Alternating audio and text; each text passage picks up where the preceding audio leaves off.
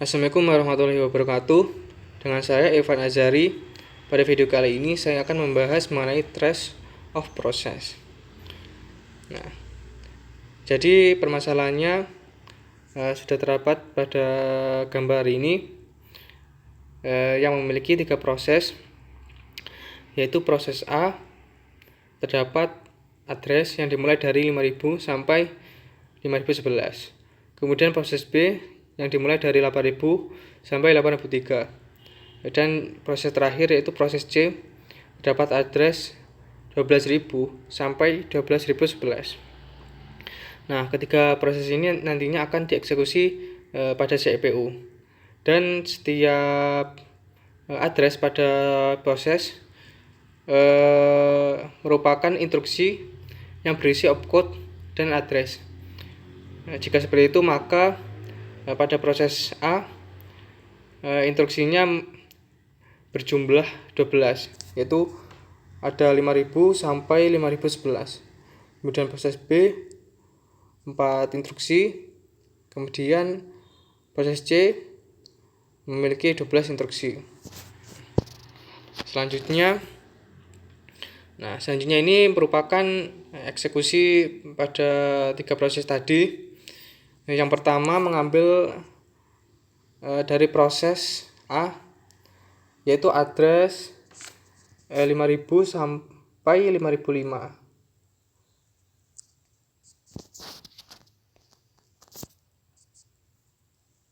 Yang ini merupakan address A. Nah, yang menghabiskan waktu 6 detik. Kita misalkan saja 6 detik ya. Jadi 5000 1 detik, kemudian 5001 2 detik sampai 5005, berarti 6 detik. Nah, setelah proses A selesai, maka timeout. Nah, selanjutnya akan dilakukan switch yaitu 100 sampai 105. Sebelum menjalankan proses selanjutnya, sebelumnya dilakukan switch. Switch itu merupakan dispatch, namanya dispatch. Dispatch itu adalah modul yang diberikan pada CPU yang dapat melakukan manajemen proses. Nah, jadi dispatch ini bisa melakukan switch, dan waktu yang dihabiskan untuk melakukan switch itu dinamakan dispatch latency. Nah, kita misalkan pada dispatch ini maka memiliki waktu untuk melakukan switch dan mengosongkan resource dari proses sebelumnya, yaitu proses A. Kemudian dilanjutkan pada proses B. Nah, mulai dari 8000 sampai 8003. Ini proses B yang menghabiskan berarti 4 detik. Nah, pada proses B ini terdapat I/O request.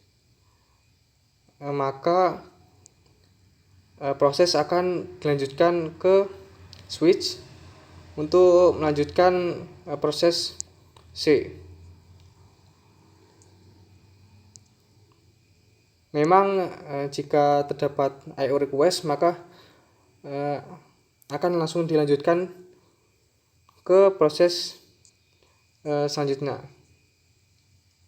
Jadi proses C ini dimulai dari 12000 sampai 12005. Berarti menghabiskan waktu 6 detik. Nah, setelah selesai timeout, maka CPU akan men-switch untuk sebelum ke proses selanjutnya, yaitu proses A. Proses A ini melanjutkan dari proses A yang sebelumnya yaitu 5005. Maka yang sekarang ini 5006 sampai 5011. Nah, ini berarti menghabiskan waktu 6 detik. Kemudian timeout, maka akan switch. Nah, kemudian dilanjutkan proses yang melanjutkan proses C, yaitu 12.006. Ini C ya, berarti 12.006 sampai 12.011. Nah, kenapa CPU menjalankan proses C? Nah, karena kenapa C, kenapa tidak B? Karena proses C yang sebelumnya itu masih terdapat proses, yaitu melakukan request I/O. Nah, maka akan melanjutkan proses yang lain, yaitu di sini melanjutkan proses C. Nah, jadi